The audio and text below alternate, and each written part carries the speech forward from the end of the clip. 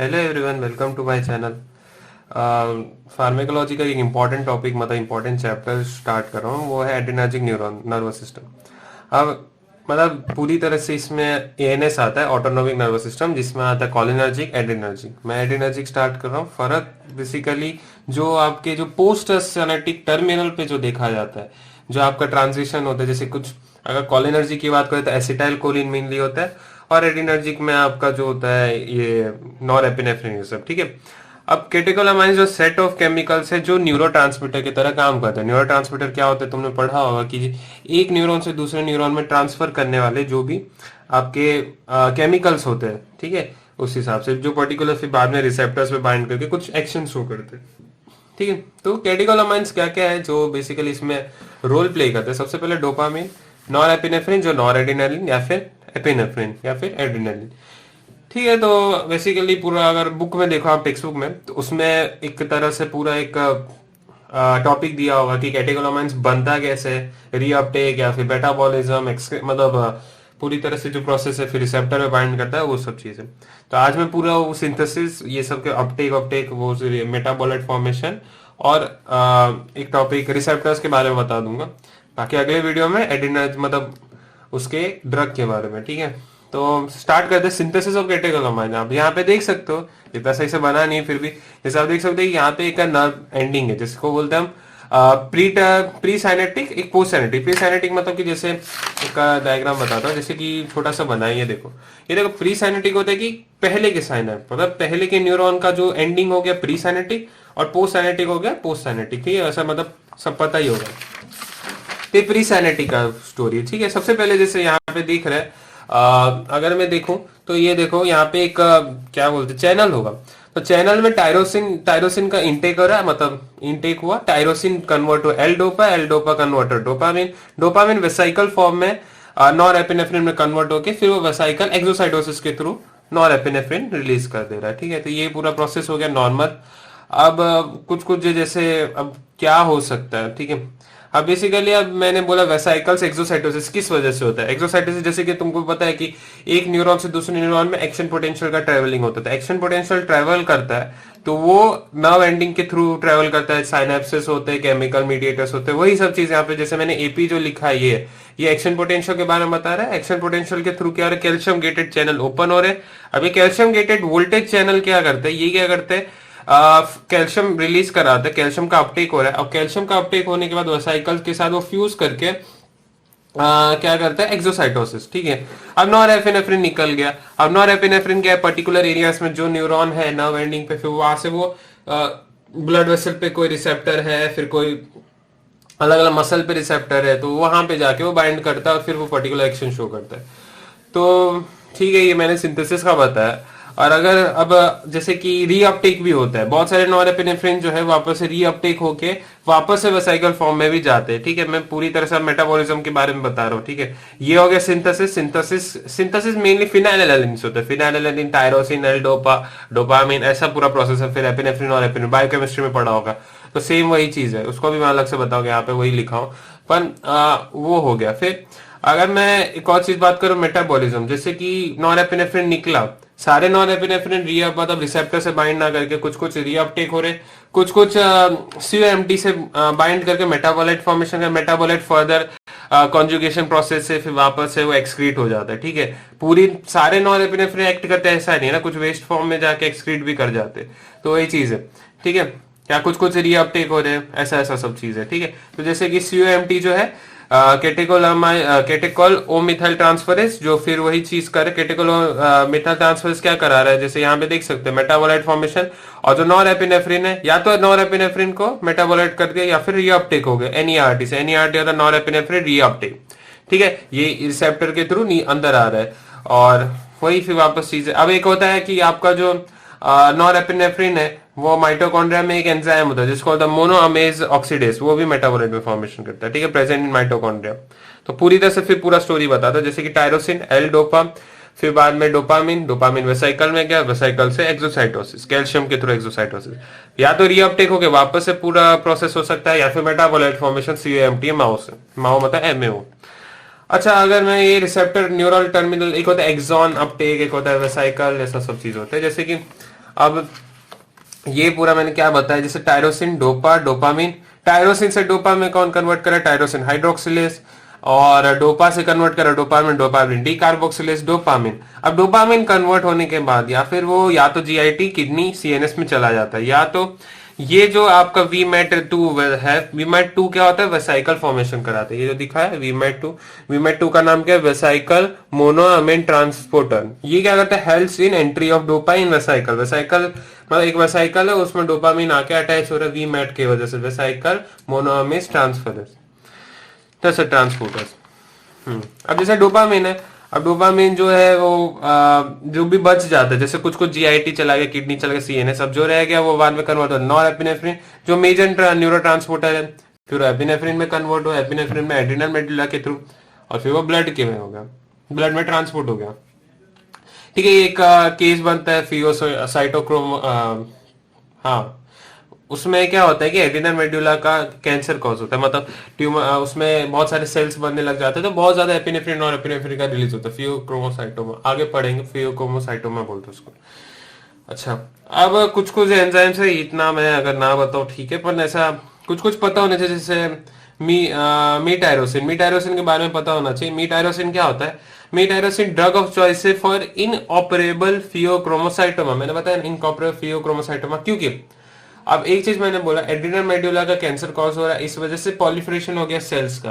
अब ये ज्यादा हो जाने की वजह से क्या होगा, जो टायरोसिन हाइड्रोक्सिलेज मैंने इनहिबिटर, टायरोसिन हाइड्रोक्सिलेज इनहिबिटर क्या करेगा, मैंने बताया था कि टायरोसिन को वो डोपा, अब ये कन्वर्जन रुक जाएगा, ये कन्वर्जन रुका तो एपिनेफ्रिन और एपिनेफ्रिन बनेगा नहीं, इस वजह से इनहिबिटर यूज किया जाता है, जो इनऑपरेबल फियोक्रोमोसाइटोमा। बेसिकली फियोक्रोमोसाइटोमा के बहुत सारे ड्रग ऑफ चॉइस अलग अलग होते हैं, वो बाद में देखेंगे। डोपा डी कार्बो डी, जैसे मैंने हर एक स्टेप पे बताया, एक बताया टायरोसिन हाइड्रोक्सिलेज, जो डोपा, टायरोसिन को डोपा, फिर डोपा से मैंने बताया कि डोपामिन का कन्वर्शन किससे हो रहा है, डोपा डी कार्बोक्सिलेज। ठीक है, ऐसा सब। अच्छा, फिर आते हैं हम इसका ड्रग ऑफ चॉइस, मतलब इसका ड्रग क्या था, कार्बिडोपा या फिर बेंजाराइड अजाइड। तो ये क्या होता है, ये आपको पार्किंसन। अब एक चीज तुम समझो, लियोडोपा, लियोडोपा किस लिए देते हैं, पार्किंसनिज्म में। अब डोपामिन डायरेक्टली नहीं जाता क्योंकि ब्लड ब्रेन बैरियर को क्रॉस नहीं कर पाता, इसलिए हम लिवोडोपा देते हैं। ठीक है, अब क्या होता है कि ये जो ड्रग्स है ये क्या करते हैं, लिवोडोपा को ब्लड में, तो बेसिकली क्या, तुम ब्लड में दोगे लिवोडोपा तो वो ब्लड में डोपामिन में कन्वर्ट हो जाता है, तो वो हमको नहीं होने देना क्योंकि ब्लड ब्रेन बैरियर से फिर वो जा नहीं पाएगा, लिवोडोपा का लिवोडोपा ही रखना है, इसलिए ये इनहिबिटर्स देते हैं। फिर एक है यहाँ पे लिखा हुआ वीमेट इनहिबिटर, जो डोपामिन डिप्लीटर्स होते हैं, जिसमें आता है टेट्राबेंजिन, वालबेंजिन या फिर एस्पिरिन, नॉट सो इम्पोर्टेंट, इधर मैंने लिखा भी है। फिर एक है adrenergic neuron blocker, release of catecholamine from neuron, guanethidine, that is BP reduces in hypertension. ठीक है, तो ये एक बार देख लेना, नोट्स पे बताऊंगा तो थोड़ा रीड करना, किसके बारे में, मीटायरोसिन के बारे में पता होना चाहिए, और उसके लिए फिर लिवोडोपा के बारे में पता होना चाहिए, थोड़ा थोड़ा आइडिया हो तो ठीक है, बाकी कोई यूनिवर्सिटी में है सच नहीं आता।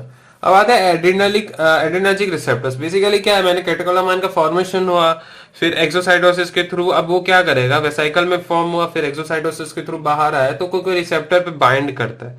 ठीक है, अब एड्रेनर्जिक रिसेप्टर्स क्या क्या होते हैं, मतलब जो एपिनेफ्रिन, नॉर एपिनेफ्रिन या एड्रेनलिन, नॉर एड्रेनलिन दोनों एक ही है, तो उनको उनपे जो एक्ट करता है, ठीक है, उसकी मतलब वो कौन से रिसेप्टर्स पे एक्ट करते हैं, कोई पर्टिकुलर रिसेप्टर उसके लिए, जिसको दो में डिवाइड किया, एक अल्फा और बीटा।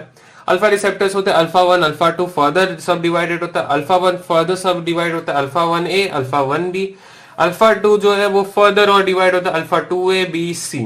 ठीक है, अब बीटा, बीटा जो होता है वो सब डिवाइड होता है बीटा 1, बीटा 2, बीटा 3। ठीक है, अच्छा, अब आते हैं पर्टिकुलर सबके एक्शन पे। अब जैसे कि कोई एपिनेफ्रिन और एड्रेनलिन अगर कुछ कुछ रिसेप्टर्स पे बाइंड कर रहे हैं, ठीक है, अच्छा फोकस नहीं हो रहा है, तो कुछ कुछ पे बाइंड करे तो क्या इफेक्ट दे रहा है। सबसे पहले अल्फा 1, ये देखो अल्फा 1 जो है वो GQ टाइप है। GQ टाइप मतलब जो IP3 और DAG, दैट इज स्टिमुलेटरी, जो स्टिमुलेट कर रहा है। ठीक है, या तो स्टिमुलेट मतलब क्या होता है, कॉन्ट्रैक्ट करना, सिंपल है। तो ये किस पे काम करता है, सबसे पहले आइरिस। अच्छा देखो, आइरिस यहाँ पे लिखा हूं, तो आइरिस में एक्ट करके वो क्या करता है, आइरिस में एक्ट करके वो करता है कॉन्ट्रैक्ट डायलेटर पीपल है, कॉन्ट्रैक्ट मिड्राइसिस करता है। मिडियासिस क्या होता है, प्यूपिल को डायलेट कर देगा। ठीक है। जो डायलेटर पीपल है वो क्या करते हैं, प्यूपिल को डायलेट करा देता है, ठीक है। डायलेटर मतलब अब मैंने बोला ना स्टिमुलेटरी, तो स्टिमुलेटरी मतलब क्या होगा, कॉन्ट्रैक्ट कराना। तो कॉन्ट्रैक्ट कराने का काम है सबसे पहले अल्फा 1A। अल्फा 1A किसको कॉन्ट्रैक्ट करेगा, आइरिस को और एक यूरिनरी यूरेथ्रस पिंचर को, यहाँ पे मैंने लिखा हुआ।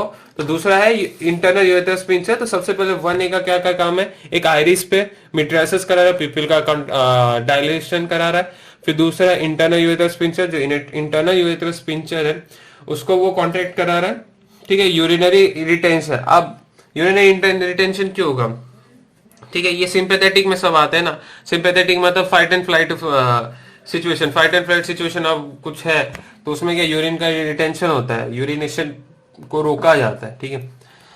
अब 1B, बी से याद रखो ब्लड वेसल, ठीक है। अल्फा 1B किस पे एक्ट करेगा, ब्लड वेसल्स पे, वासोकॉन्स्ट्रिक्शन। कॉन्स्ट्रिक्शन अब मैं बताया ना कि ये GQ पे काम करे, ये याद रखो GQ पे काम करे तो वासोकॉन्स्ट्रिक्शन कराएगा, मतलब कॉन्ट्रैक्शन कराएगा कोई भी चीज का। तो आइरिस का contraction, that is dilated pupil का कॉन्ट्रैक्शन, फिर दूसरा इंटरनल स्पिंचर का कॉन्ट्रैक्शन, फिर तीसरा है ब्लड वेसल्स का कॉन्ट्रैक्शन, वासोकॉन्स्ट्रिक्शन, ठीक है। अच्छा फिर आते हैं 2A। अच्छा अब आता है अल्फा 1 बता दिया, 1A 1B, alpha 2A B C। तो 2A जो है वो आप देख सकते हो ये GI टाइप है। GI टाइप मतलब इनहिबिटरी। अब इनहिबिटरी मतलब वो कॉन्ट्रैक्शन नहीं कराएगा। तो ये क्या करता है, प्री साइनेटिक ऑटो रिसेप्टर। अब बेसिकली इसका इतना काम नहीं, due to its own release of neurotransmitter.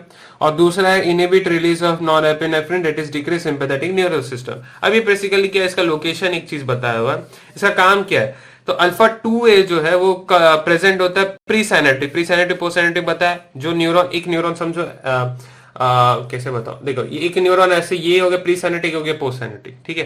तो इस तरह से बता दे, पहले वाला प्री, बाद वाला पोस्ट। तो वो चीज लिखा हुआ प्री साइनेटिक, पोस्ट साइनेटिक। अब प्री साइनेटिक ऑटो रिसेप्टर मतलब कि ये रीअपटेक बढ़ा देता है, ठीक है। नॉरएपिनेफ्रिन निकला वापस भेज देगा, नॉरएपिनेफ्रिन निकला वापस भेज देगा। तो सिंपैथेटिक न्यूरॉन नर्वस सिस्टम को डिक्रीज कर रहा है, वही चीज लिखा है कि inhibit release of norepinephrine. Auto receptor मतलब कि वो वापस अपटेक करा रहा है नॉरएपिनेफ्रिन का ही, वो नॉरएपिनेफ्रिन का इधर लिखा होगा, तो वही चीज है, ठीक है। बी से क्या याद रखना है, ब्लड वेसल। तो क्या करेगा, जस्ट लाइक अल्फा 1 वासोकॉन्स्ट्रिक्शन, वासोकॉन्स्ट्रिक्शन पे काम कर रहा है, ब्लड वेसल्स का बीपी बढ़ेगा। वासोकॉन्स्ट्रिक्शन से क्या होगा, बीपी बढ़ेगा। यहाँ पे लिखा हुआ है देखो, ये भी, ये पोस्ट साइनेटिक पे काम करता है, ये देखो पोस्ट साइनेटिक पे काम करता है। ये देखो मैंने यहाँ पे बताया 2A और 2B, और ये पोस्ट साइनेटिक पे काम कर रहा है। Post synaptic just like alpha 1 vasoconstriction and blood vessels, BP भी इंक्रीज करेगा। अल्फा 2C का क्या काम है, एक्स्ट्रा सिंपैथेटिक साइनेटिक है। ये प्रेजेंट, तुमको ये याद रखना 2C का कि पेंक्रियास में प्रेजेंट है। पेंक्रियास में इंसुलिन का अमाउंट वो गिराएगा, ग्लूकोज बढ़ाएगा, ठीक है। अच्छा बीटा पे आने से पहले अल्फा को वापस रिवाइज करा दो। देखो अल्फा 1 था, अल्फा 1 में क्या, अल्फा 1 है, अल्फा 1B। फिर बीटा अल्फा 2 था, अल्फा 2A B C, ठीक है। अल्फा 1A क्या करा रहा था, 1A करा रहा था आइरिस पे एक्ट कर रहा था, आइरिस पे कॉन्ट्रैक्ट कर रहा था डायलेटर पीपीआई का, ठीक है। फिर मैंने बताया कि इंटरनल स्पिंचर में कॉन्ट्रैक्शन करा रहा है, यूनिटरी रिटेंशन करा रहा है। फिर अल्फा 1B, ब्लड वेसल्स को कौन, बी से याद होगा ब्लड वेसल, वो कराएगा वासोकॉन्स्ट्रिक्शन, बीपी बढ़ाएगा। अल्फा 2A जो GI टाइप है, तो ये सबसे पहले अल्फा 2A का प्री साइनेटिक है, प्री साइनेटिक ऑटो रिसेप्टर बढ़ा देता है। मतलब जैसे ही नॉरएपिनेफ्रिन रिलीज हुआ, ठीक है, नॉरएपिनेफ्रिन रिलीज हुआ तो उसका वो अपटेक बढ़ा देगा, और जिस वजह से क्या होगा कि आपका वो बढ़ जाएगा, मतलब सिंपैथेटिक नर्वस सिस्टम कम हो जाएगा, ठीक। अच्छा अब आते हैं अगला, बीटा रिसेप्टर्स। बीटा रिसेप्टर में बात करूं तो बीटा रिसेप्टर जो है, इसमें आपको सारे जो भी बीटा रिसेप्टर है वो जी स्टिमुलेटरी के टाइप है, GS के टाइप है, और CMP को बढ़ाते हैं। तो ये भी पता होना चाहिए कि जो GQ था, GQ पढ़ा, GI पढ़ा, जी स्टिमुलेटरी पढ़ा। अब बीटा 1 2 3 ये मैंने पढ़ाया था। अच्छा तो अब हम पढ़ते हैं उस पर। बीटा 1 का लोकेशन हार्ट और जी सेल्स। हार्ट पे क्या करेगा, हार्ट पे कंडक्शन बढ़ाता है। कंडक्शन किस वजह से होता है, यहाँ पे लिखा हुआ ऐसे नोड प्लस, मतलब ये कंडक्शन बढ़ाता है। ऐसे नोड प्लस मतलब कि कंडक्शन बढ़ा रहा है। क्रोनोट्रोफिज्म मतलब कंडक्शन, ठीक है। अब और एवी नोड पे वो क्या करता है, ड्रोमोट्रोफिज्म, दैट इज कंडक्शन बढ़ा रहा है। हार्ट रेट, ऐसे नोड क्या था, पेस मेकर होता है, तो पेस मेकर क्या कर रहा है, हार्ट रेट बढ़ा रहा है। और एवी नोड भी है, कभी कभी पेस मेकर काम करता है, तो वो भी कंडक्शन बढ़ाता है, ठीक है। और कॉन्ट्रेक्टेबिलिटी आइनोट्रोफिज्म। तो ये तो इसको फंक्शन याद होना चाहिए। तो मैंने ड्रग को दिया जो बीटा 1 पे एक्ट कर रहा है, तो वो क्या करेगा, हार्ट रेट बढ़ाएगा, कंडक्शन बढ़ाएगा और कॉन्ट्रेक्शन बढ़ाएगा, तो कॉन्ट्रेक्टिलिटी बढ़ाएगा। तो वो सब को पता होना चाहिए। अब जेजी सेल्स का मेन काम है रेनिन सिस्टम। रेनिन सिस्टम मतलब कहीं बीपी डिक्रीज दिखेगा तो वो उसको इंक्रीज करने का काम करे। तो रेनिन का रिलीज मतलब बीपी को बढ़ाना। बीटा 1 का काम क्या है, बीपी बढ़ाना। दोनों ही केसेस में देखा हार्ट पे जेजी सेल्स के थ्रू। जेजी सेल्स के थ्रू कोई कंडीशन में होता है, ऐसे नहीं होता। अगर किडनी में ब्लड फ्लो कम है तो उस वजह से जेजी सेल्स का एक्ट होता है, मेनली बीपी डिक्रीज में। अब आता है अगला बीटा टू का जो काम है वो लीवर और मसल्स पे क्या करता है, ग्लाइकोजिनोलाइसिस मतलब ग्लाइकोजन का तोड़ के ग्लूकोज बनाना। तो हाइपरग्लाइसेमिया होगा, ग्लूकोज का अमाउंट बढ़ जाएगा, तो हाइपरग्लाइसेमिया का कॉज करता है। स्केलेटल मसल में ट्रिमर्स का कॉज करता है। स्केलेटल मसल में ट्रिमर्स कैसे होता है कि बेसिकली ये जो रिसेप्टर एक्ट करते हैं ब्रेन सेल्स पे, मतलब ब्रेन पे, और ट्रिमर्स कॉज करता है, मतलब मोटर सिस्टम पे। तो इस वजह से ट्रिमर कॉज होता है। स्मूथ मसल्स पे क्या करेंगे, रिलैक्सेशन ब्रोंकियोडायलेटर एंड वेसोडायलेशन। अभी तक मैंने सब कॉन्ट्रैक्शन बताई, ये डायलेशन है, याद रखना। Beta 2 is a dilator, vasodilation. ठीक है, कोई भी जैसे मेरा बीपी का केस है, हाई बीपी है, हाइपरटेंशन है, तो मैं ये सब ड्रग दे सकती हूँ तो बीटा 2 पे काम करे। तो इस वजह से क्या होगा, वासोडायलेशन जो बीपी को डिक्रीज कर दे, हाइपोटेंशन में लेके जाए। ठीक है, ये हो गया। फिर अगला है कुछ चीजें यहाँ पे नोट करने वाले। स्मूथ मसल जैसे कि वासोडायलेटर लिखा हुआ, ब्रोंकियोडायलेटर, वासोडायलेटर और यूटेराइन रिलैक्सेशन। तो रिलैक्स ही करना ना, डायलेट करना मतलब ब्रोंकियोडायलेशन, वासोडायलेटर, ये सब। अच्छा, अगला एक नोट का पॉइंट मैंने बताया कि अगर मैं एक चीज बताता हूँ, ठीक है, जैसे मैंने बताया कि अल्फा 1, अल्फा 2 और बीटा 1, मतलब कुछ जो रिसेप्टर है वो बीपी बढ़ा रहे और कुछ रिसेप्टर मैंने गिरा रहे बीपी को। अब मैंने कोई ड्रग दिया, दोनों का काम कर रहा है ना। जैसे कि अल्फा 1, अल्फा 2 और बीटा 1 पे काम कर रहा है, और एक ड्रग है जो बीटा 2 पे काम कर रहा है। तो रिसेप्टर के पास कौन सा चॉइस होगा, मतलब अब जैसे यहाँ पे मैंने रिसेप्टर बनाया है, तो एक पे बीटा 2 एक्ट कर रहा है और एक पे बीटा 1 एक्ट कर रहा है, तो कौन डोमिनेट होता है, बेसिकली वासोकंस्ट्रिक्शन डोमिनेट होगा। ठीक है, ज्यादातर if both cases so what happen, BP increases और डिक्रीजेस, बीपी इंक्रीज कर जाता है। ठीक है ना। ज्यादातर जो आपका अल्फा 1 और सबका इसका इफेक्ट ज्यादा होता है। एक नोट का बात है, मैं बता दिया। बीटा 3 की बात करें तो बीटा 3 आपका मेनली काम करता है एडिपोज टिश्यू पे, और लाइपोलाइसिस कराता है और ग्लूकोज का इंक्रीज कराता है। यूरिनरी ब्लैडर पे भी काम करता है, यहाँ पे वो डेक्स्ट्रोसल मसल को रिलैक्स कराता है। ठीक है, तो ये पूरा रिसेप्टर के बारे में हो गया। अब ड्रग के बारे में अगले वीडियो में बताऊंगा। ड्रग के बारे में है अच्छा खासा है, तो मैं बता दूंगा। अच्छा, इसमें से देखो पूरा रिसेप्टर का जो फंक्शन है, क्या काम करता है, लोकेशन क्या है, तो सब पता होता है तो अच्छा रहता है। ठीक है, अगले वीडियो बात करेंगे। अगर अच्छा लगे वीडियो तो लाइक से सब्सक्राइब कीजिए, और आगे भी वीडियो डालूंगा, पूरा हो जाए एड्रेनर्जिक ड्रग का अगला। ठीक है, देखना अगला वीडियो भी। Thank you.